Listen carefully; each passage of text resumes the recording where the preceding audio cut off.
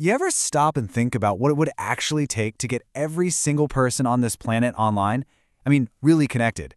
It's not just a nice idea. It is one of the biggest, most important infrastructure projects of our time. Seriously, we're talking on the scale of electrifying entire countries or building the interstate highway system. So let's dive in, because this is about so much more than just faster Wi-Fi. It's about rewiring our world for whatever comes next. So, what's the price tag for something like this? Well, according to the International Telecommunication Union, we're looking at a cool $428 billion, and that's just over the next 10 years to get a basic level of connectivity to most of the world. That number, right there, just tells you everything you need to know about the incredible scale of the challenge we're up against. Okay, so when you're looking at a challenge that big, with that many zeros, you can't just throw money at it and hope for the best. A problem this complex, with this many moving parts, it isn't just a problem. It's a project, and it might be one of the largest, most complicated projects in human history. So the real question is, how do you manage it? You need a blueprint. You need a plan to turn that massive investment into a truly connected world. To even start drawing that blueprint, we have to get our heads around what we're actually trying to solve. You hear the term digital divide all the time, right? Well, it turns out it's a lot more complicated than just a simple gap between people who have internet and people who don't. The real scope of this project goes way, way deeper. Yeah, so think of it less like a single divide and more like a whole series of challenges that are all tangled up together. See, solving this isn't just about running a fiber optic cable to someone's house. It means you have to understand and tackle a few different layers of the problem. Availability, then adoption, and then actual usage. And each one of those has its own set of hurdles. This visual here, the connectivity funnel, explains it perfectly. So at the very top, you've got the entire population. Then a smaller chunk of those people are actually covered by a network signal. That's what we call availability. But then an even smaller group subscribes to that service. That's adoption. And finally, way down at the bottom, you have the folks who are actively using it. People drop off at every single step. A truly successful project has to figure out why they're dropping off at each stage and fix it. And this brings us to rule number 1 of project management. You can't solve a problem if you can't even measure it right. And in the United States, for example, there's a huge disconnect in the data. Official government numbers suggest that almost 90% of people have access to good broadband. But third-party groups who go out and check availability address by address, they say no way. They estimate that over 42 million Americans are still left behind. That gap in the data, that's a massive hurdle to clear before you even begin. So where do we find our blueprint for something this massive? Well, it turns out we can look to a framework that's been proven in countless industries. The Project Management Body of Knowledge. You might know it as the PMBOK Guide.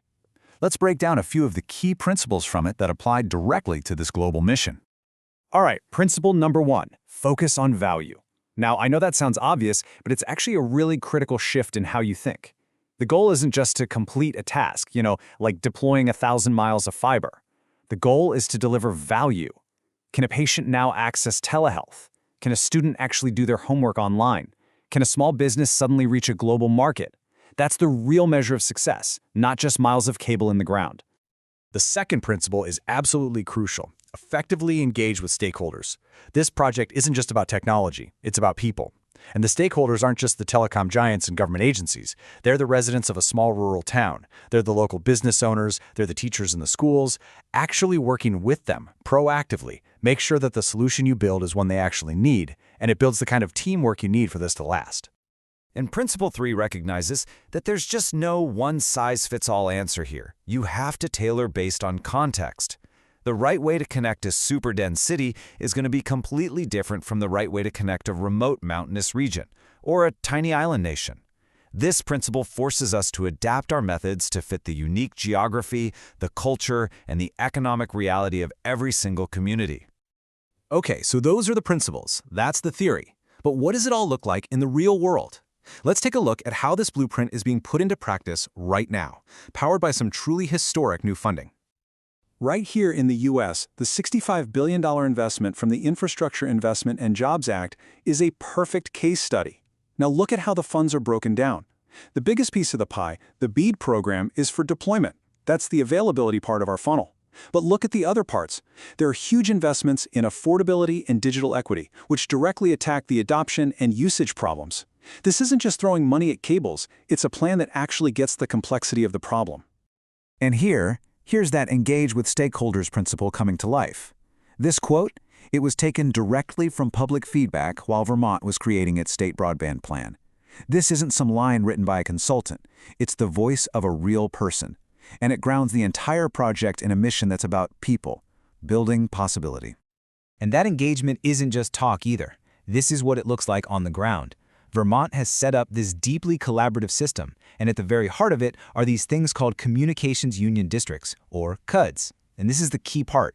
They are community-owned fiber networks. These local groups work with the state and with private companies to make sure the network is truly built for and accountable to the community it's supposed to serve. Remember that focus on value principle we talked about? Well, here it is in action. A core strategy in all these new plans is to prioritize connecting community anchor institutions, the CAIs. We're talking about the schools, the libraries, the hospitals. By making sure high-speed internet gets to them first, the project delivers the most public benefit right out of the gate. It's a really smart, strategic move that creates immediate, real value for everyone. Okay, so we've got a blueprint, we have the funding, we've got real plans happening on the ground. But let's zoom all the way out for a second. Why does this ridiculously huge project matter so much? What's the ultimate so what? This is it. This is the big takeaway. Getting universal broadband to everyone, this is our generation's rural electrification. Back in the 1930s, bringing electricity to every last corner of the country completely transformed American life. It unlocked economic potential nobody could have even imagined. We are at that exact same kind of moment right now. This project isn't just an upgrade. It is fundamentally redefining what's possible for millions and millions of people. And the benefits are just life-changing. We're talking about unlocking brand new economic opportunities with remote work, giving people access to modern healthcare through telehealth, closing the education gap with distance learning. We're even talking about creating a more engaged democracy. And, in a world that feels more uncertain every day, a connected population is a more resilient and prepared nation. So the blueprint is drawn. The money, a historic amount of it, is on the table.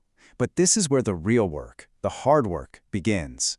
Because finishing this job is going to take a lot more than just good plans and a big check. It's going to take years of political will, deep, meaningful community engagement, and a relentless focus on getting it right. To make sure every last home is connected, and to finally turn this incredible vision into a reality for all of us.